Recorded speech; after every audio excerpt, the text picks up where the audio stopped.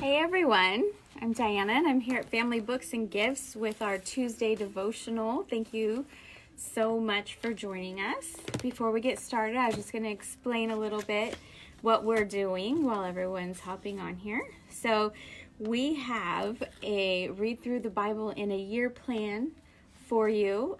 You can get it in the store. We could email it to you as well.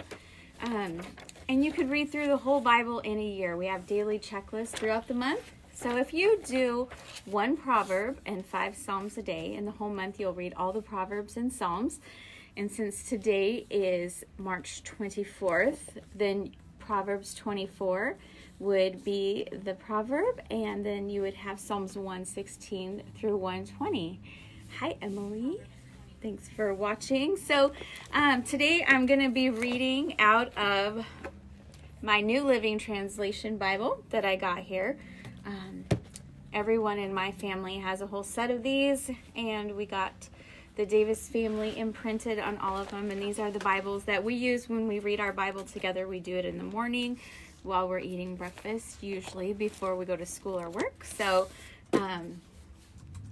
we still do it even though there's no school or work, but we all have the same version. So if you have the New Living Translation Bible, you could read along with me today. And if you don't, you could pull it up on your phone or just listen.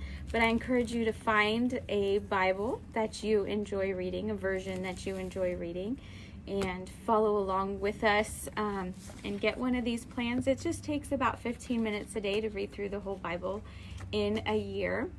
So I'm going to get started, and this is Proverbs chapter 24, and as I read through the Bible, I always look about, I have read this proverb at least once a month, and so as I'm watching it, I just think, how it's applying to my life at this time, because I'm in a different place each month as I read it, and then just get something from it. And when I'm reading, I usually have a journal or a notebook or some paper next to me, and I can write down something that I'll think about for the rest of the day or to the next time that I read. So I'm going to get started with Proverbs chapter 24, and it says, "Don't envy evil people or desire their company, for their hearts plot violence, and their words always stir up trouble. A house is built by wisdom and becomes strong through good sense. Through knowledge its rooms are filled with all sorts of precious riches and valuables. The wise are mightier than the strong, and those with knowledge grow stronger and stronger. So don't go to war without wise guidance. Victory depends on having many advisors. Wisdom is too lofty for fools. Among leaders at the city gate they have nothing to say.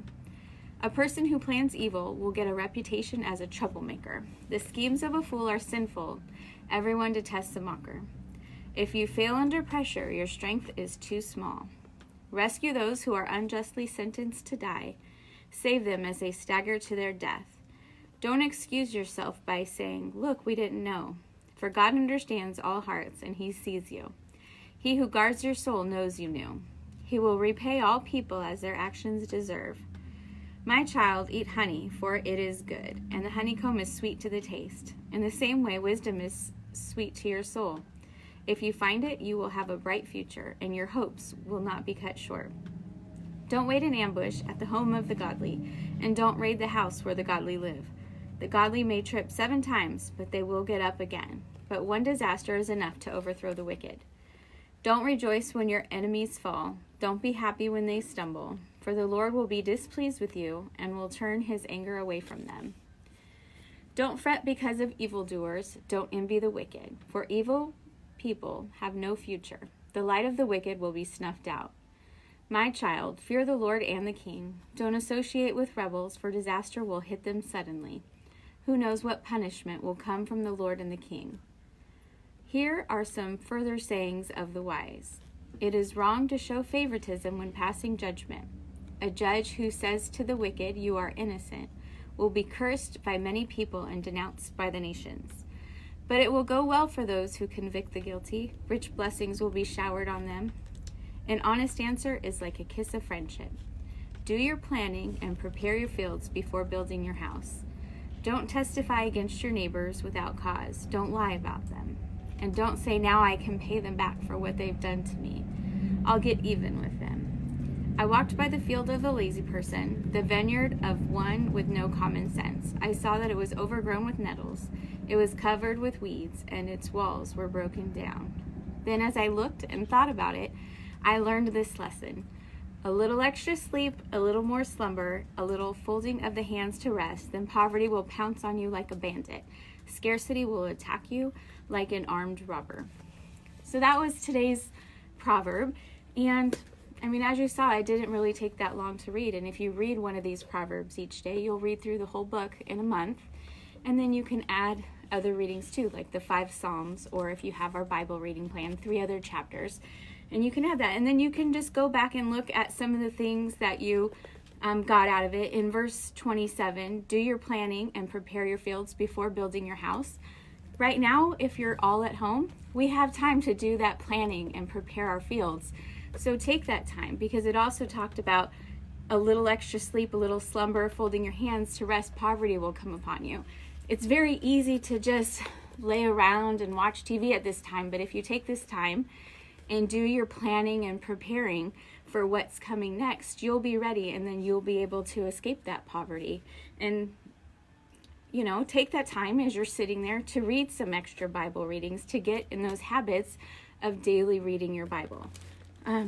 You don't have to read as much as I do. You could read, more, but the more that you read it, the easier it becomes, and then the more Bible that you'll be able to get into. So I just encourage you to take this time to get in the habit of getting in the Word, finding a Bible that you enjoy reading, maybe that everyone in your family can read along together, or if you're by yourself, one that you can read for a longer period of time and understand it. And then let us know if we can send you one of our Bible reading plans so that you can follow along with us each day. And then tomorrow we'll be back with our Wednesday devotion with you, and that will be Proverbs 25. So you can read that along with us as well.